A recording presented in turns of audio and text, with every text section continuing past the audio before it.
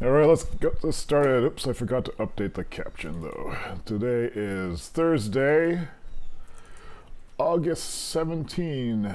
This is What's Up Dave, the regular-ish stream that I do to say hi to my friends on the internet, catch up with what we're doing.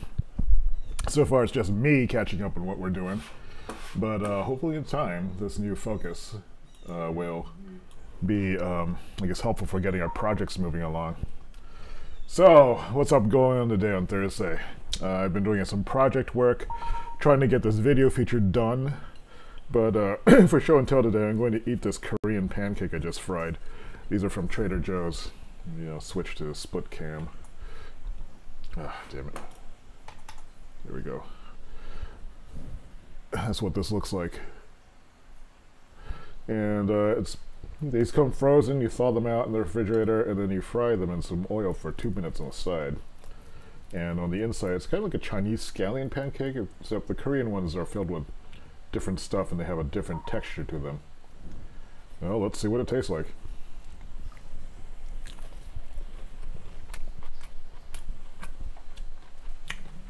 It tastes okay. It's gummier inside than like a Chinese scallion pancake, which is more of a flaky pastry. It's alright. Well, I can eat it. Maybe just one of them though, or half of one. Speaking of which, I'm gonna start the Atkins Induction. Just the updated one I got used. But the induction plan is when you have a restricted diet to 20 net carbs from the foundation vegetables, which are here, and then you can eat all the oil and protein you want, as so long as there's no nitrates or sugars or anything like that in it. And the idea of induction is that because you're in such low net carbs, apparently your body runs on net carb, but for your body to have energy to burn, that comes from converting carbohydrates into the energy. I forget what form it's in. But fat is stored, stored carbohydrates basically.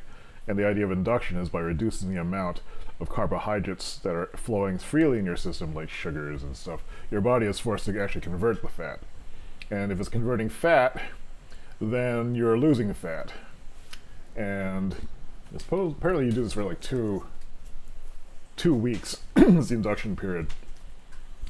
And actually, I find that I run better on protein anyway, so I think it might be worth giving it a try. So I'm going to measure my waist and see how much I have to lose. This is scary. I could measure my weight, but the waist is going to be more of a... Oh dear. This feels like a lot. It's 42 inches, one of the biggest part of my belly. So let me make a note of that. I'll put it over here in the chat notes. Not the chat notes, where's my cursor? Let's update this. Just adding it to the chat, or I'll put it here. Hey Courtney. Note to self, 42-inch waist. That's my starting point. If I could get it down to 36, that would be great. So that's 6 inches. I don't know how long that would take, or if it's even possible. But we shall see when I start the induction, I guess next week. So I got this book, and what I want to do with it is create the meal plan, figure out a strategy for doing this. And so I'm going to be eating as much of this stuff this week just to stop. So I can have a clean focus on just eating the stuff I'm supposed to eat.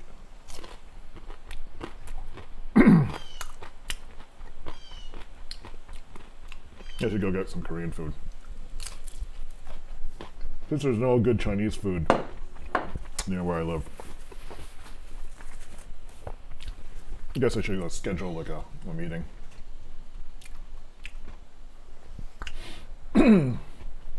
Yeah, check out the book. The book is this is the updated version. I guess the original Atkins diet plan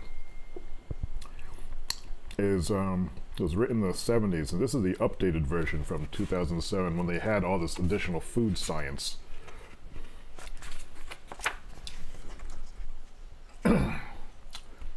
But so it's going to be interesting to see if I can do this restricted diet. No sugar, no flour, no baked stuff, no alcohol. But I know it might be it'll be interesting to see how I do with this. The justification I have to myself is that I'm almost like 50 now. So for 49 years, I've basically eaten anything I've wanted to. 49 years. 2 weeks out of 49 years of just me doing this restrictive experimental diet and seeing what happens. I should be mature enough and like self-disciplined enough to like deny myself some stuff. I can always have it back afterwards. But this is a test of my commitment to myself, to become a better person, a better version of me, which is the general theme of this year. I can't do that, well, sorry. This is the way I'm looking at it. If I can find a way of justifying it to myself.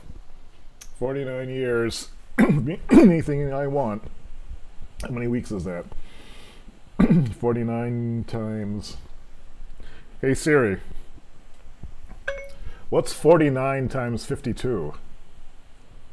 49 times 52 is 2,548. 2,548 weeks. Hey Siri, what is the percent of 2 divided by 2,048? Or whatever the number was. 2 divided by 2,048 is about 0.00099765. So that's 0.09% of the time I've been alive that I will be like less than 1/10%, less than almost 1/100th of a 1% of the amount of time that I spent eating anything I wanted to. For the possibility of losing a few inches off my waist, which could be a marked improvement. So I don't know, it seems like an interesting trade-off to try to make. So what else is going on other than work? I'm thinking about starting a big multimedia skill development push. I was talking to my friend Eric, and he's like me, he has a Flash action script background, and before that, director lingo background, so we have similar development paths. And I've been doing the JavaScript train for, I guess, 3 years now with this project I've been working on, a series of extended projects. And I really haven't fully replaced this Flash skill set. And by this kind of skill set I want is to be able to express anything that I feel like expressing. And Flash is very good for that, even though it's lost favor as a platform for delivering interactive because the runtime was not coded for mobile in mind. It basically is a system that polls constantly and to see what should refresh, which was a perfectly fine way of doing it before batteries became a big issue.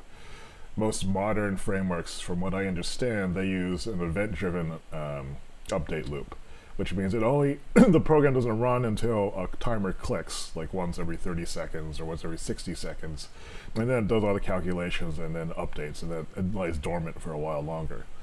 And that generally is much more efficient than just constantly rolling. Are you ready yet? Are you ready yet? Are you ready yet? Are you ready yet? Are you ready yet? So I think that's one reason why Flash, the runtime,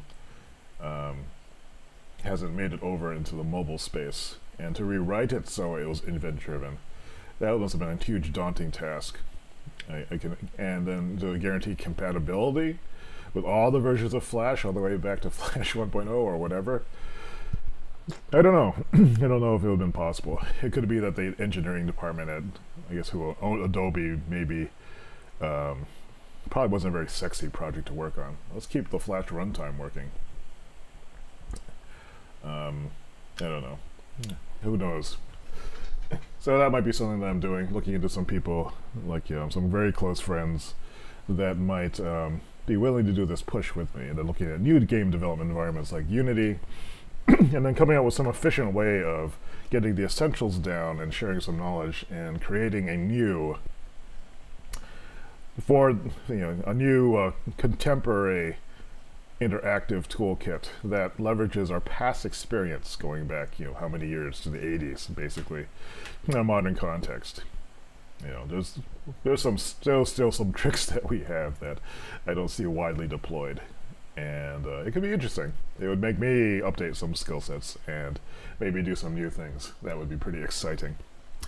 So I think that's it for today. I might drop the frequency of these What's Up Daves to maybe every other day, because there's not always something new to report. It could be twice a week, maybe Monday and Thursday, or Tuesday and Friday, and just to catch up with what's gone on throughout the week.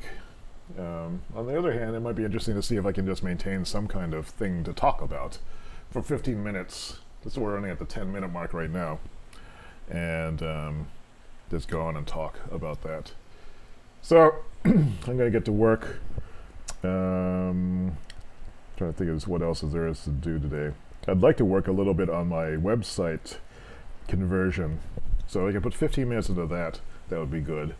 I also would like to work on my taskless, timeless productivity system. This is the project in which I suspect it might be possible for a certain type of person to create a routine that doesn't require the definition of tasks, goals, or scheduling, and still be productive. And this maybe requires some creative juggling on my part about what the definition of productivity is, but at the end of the day, your clients just want you to deliver cool stuff, right? If you're going to be delivering cool stuff, or maybe a better analogy is to have cool stuff to show, that could be good enough. I was outlining some approaches to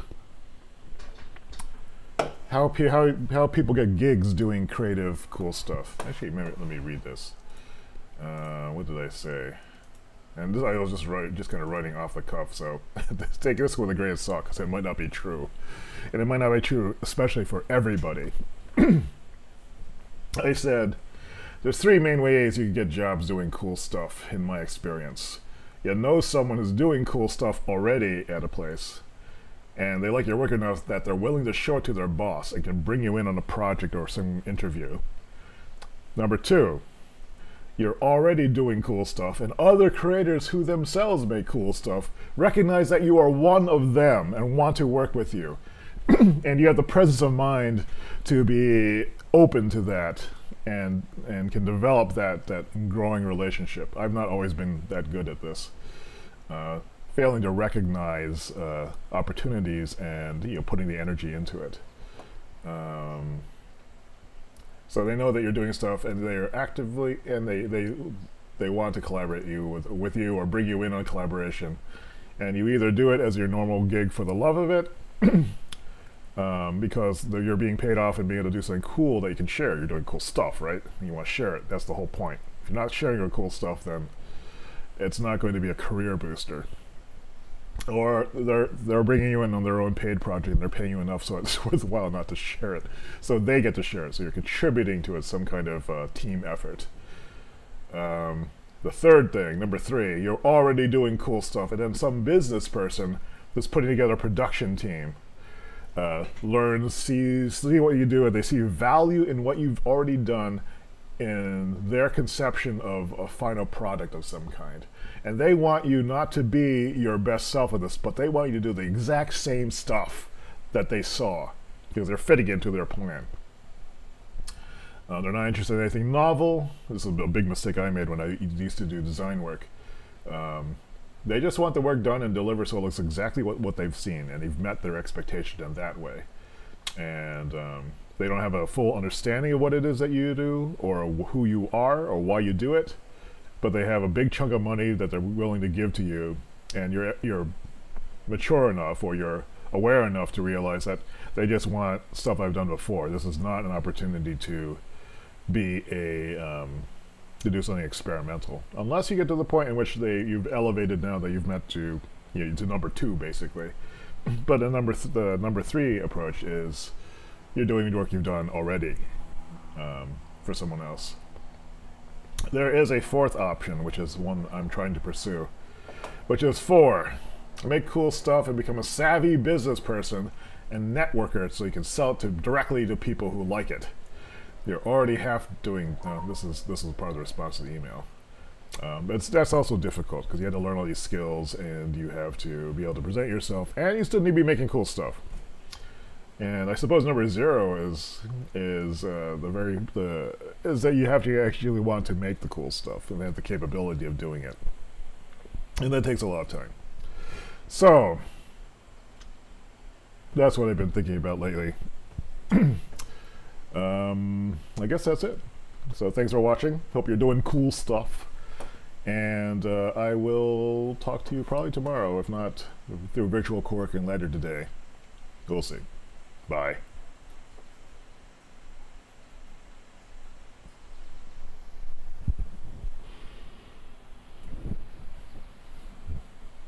I have to wait 10 seconds or so before I can press stop.